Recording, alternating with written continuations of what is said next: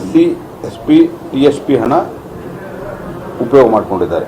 ಭಾಗ್ಯಲಕ್ಷ್ಮಿ ಯೋಜನೆಗೆ SC, SP, TSPಯ 70 ಕೋಟಿ 28 ಲಕ್ಷ ಮಾಡಿಕೊಂಡಿದ್ದಾರೆ, ಬಳಕೆ ಮಾಡಿಕೊಂಡಿದ್ದಾರೆ.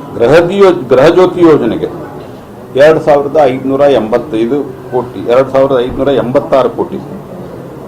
ಅನ್ನಭಾಗ್ಯ ಯೋಜನೆಗೆ 448.15 ಕೋಟಿ. ಅನ್ನಭಾಗ್ಯ ಯೋಜನೆಯ DBTಗೆ ಅಂದರೆ ನಾವು 170 ರೂಪಾಯಿ 160 ರೂಪಾಯಿ ಅಷ್ಟು ಕೊಡ್ತಾ ಇದ್ದಲ್ಲ, ಅದಕ್ಕೆ 2187 ಕೋಟಿ ರೂಪಾಯಿ. ಶಕ್ತಿ ಯೋಜನೆಗೆ 1451.45 ಕೋಟಿ ರೂಪಾಯಿ. ಶೂನ್ಯ ಆಗಲಾರಂಥ ಯುವ ನಿಧಿಯ ಹೆಸರಿನಲ್ಲಿ 175.5 ಕೋಟಿ ರೂಪಾಯಿ.